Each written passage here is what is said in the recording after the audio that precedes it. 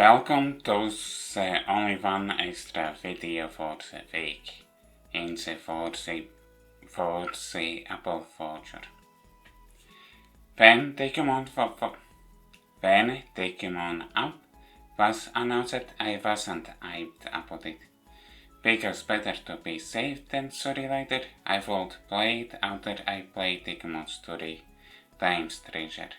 If Digimon Up would have some spoilers of Times Treasure. And I was right. Well, for like spoilers of Times Treasure. In the time of writing the second draft, Digimon Up is a Times Treasure event, which is like spoilers of Times Treasure. Thankfully, I somehow was able to play Digimon Story Times Treasure before Digimon Up was released, which video was published before this video. I'm recording this video in the day when the Times Treasure video was published. Even before and while playing Times Treasure, I wondered if a Digimon V-Pad like him would finally come out for smartphones.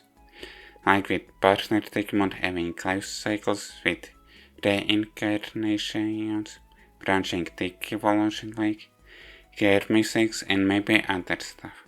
However, that isn't the case. It is just an idle game, filled with gachas, which have little Digimon elements. Sure, they are minigames, which mostly comes from events. There is only one minigame in base game. By the way, while I was writing this draft, I also played Digimon Universe Apply Monsters for Nintendo 3DS because an English one patch was released.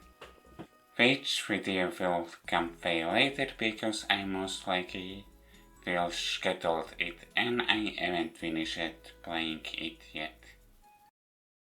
I couldn't find info for develop the game, but of course I know that Bandai Namco Entertainment published it for iPhone and Android, so only for smartphones.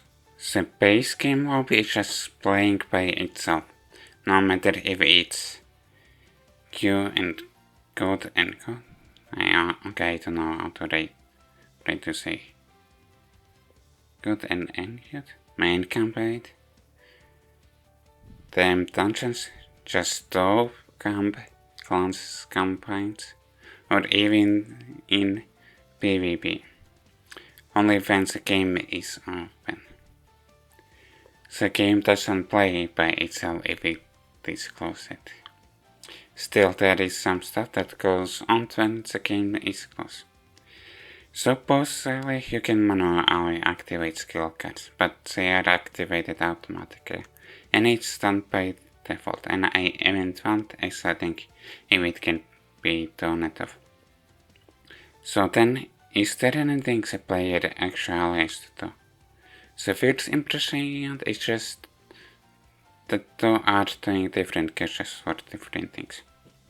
They are skill card, support, crest, body, SPs, support and overdrive caches. I know body and SP support are only event exclusives, and while I was making this video, the overdrive cache is no cache. So I quest, then after I finish a video, then a different cache can appear. Well, for overdrive cache, it is the same as for body and SP support caches, where they can be opened only once per day or they can gain earnable currency. So I'm guessing overdrive cache is also an event exclusive cache. There's one more cache which impacts the base gameplay, which is opening the hologram device to a chance to get equipment which increase stats, including clothing for the tamer. And yeah, clothing can increase or decrease stats. If you haven't set cosmetic options in a tamer option, then when equipping clothing from hologram device, because they increase stats, then those clothes replace that you selected when starting the game, and of course previous clothing equipment from hologram TVs if you had equipment with it before. Speaking about cosmetics or timer, when starting the game doesn't offer to choose gender. You can only try making the gender what you want to play is from cosmetic options. However, at least when I started, the game doesn't have a starting dress or skirt options. So if you want to play as a female wearing skirt or dress, you can't do that from the very start of the game.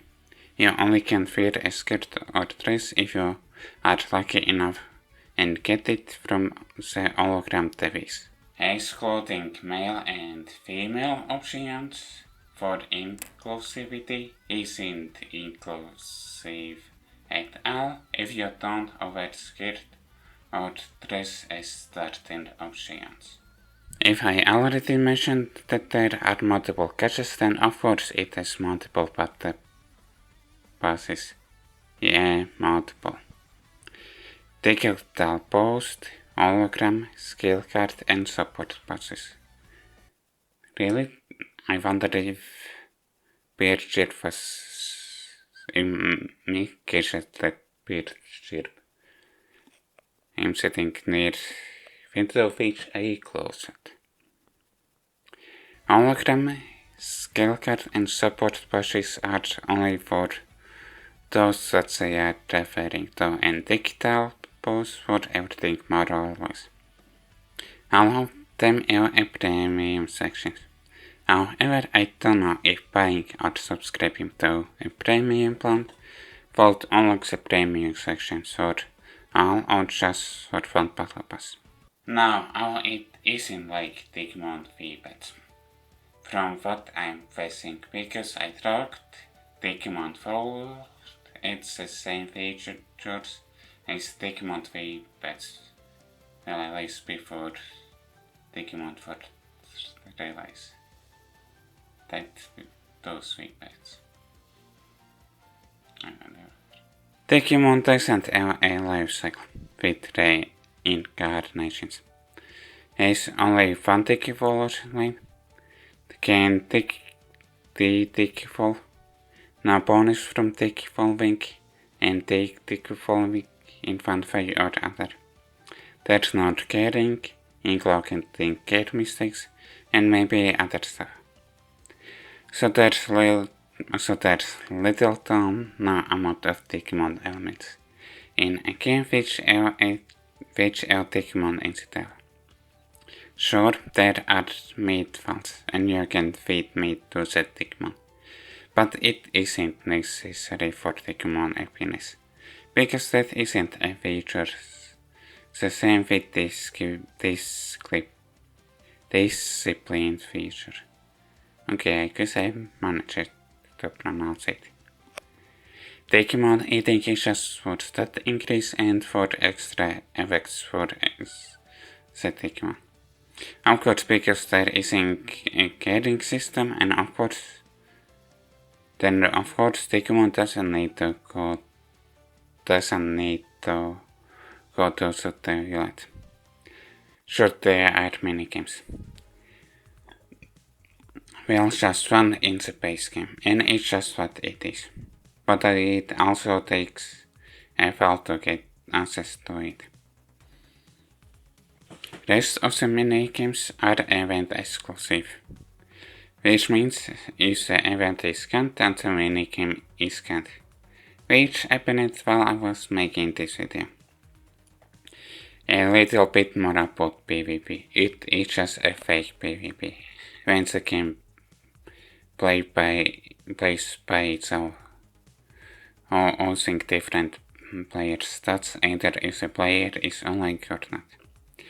And the best strategy I think for PvP is just making the gameplay itself against weaker players. Speaking about the fake PvP, when it wasn't implemented yet, there was maintenance event for PvP tips or tutorials, which is just a text about the fake PvP. I heard other players claiming that it is full of ads, which I didn't encounter. I wonder if it's because I rejected tracking outside of the game, and for a while the game at an euro for pop-up, and I still was able to play, which I rejected when it was 6. Then I wondered if optional ads were glitched or not for me, and I found out they still work, which was only one instance where I saw an ad in-game.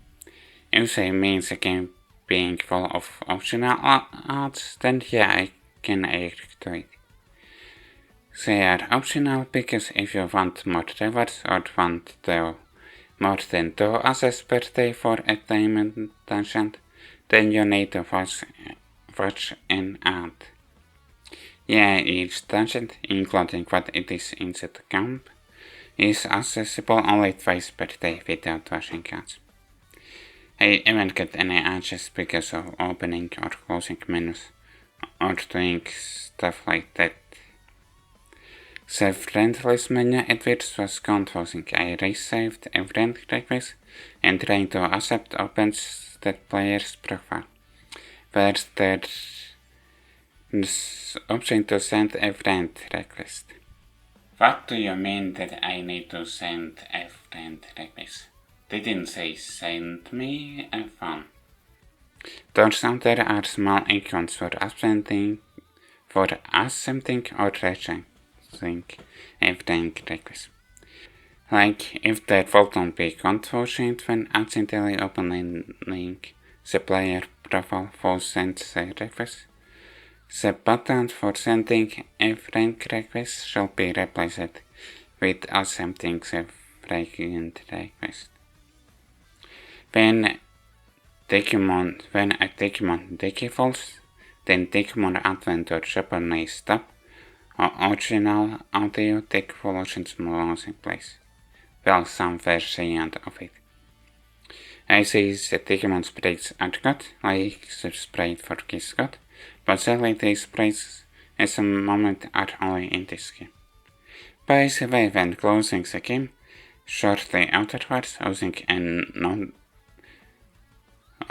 a notifications, the game picks your attentions. So then I turned off notifications from iPhone settings for this game. Yeah, it isn't what I thought to be. I'm not into idle games, so of course this isn't for me. But as a Digimon game, I think it barely counts as one. So I guess for spontaneous entertainment that is seen. So I don't know if it's bad or good idle game, but I feel indifferent about it, and I'm a little bit disappointed that it isn't what I thought it would be. If you have an iPhone or Android, then you can try for yourself if you are interested in this game. Hopefully not as much where it milks your money from you, or not.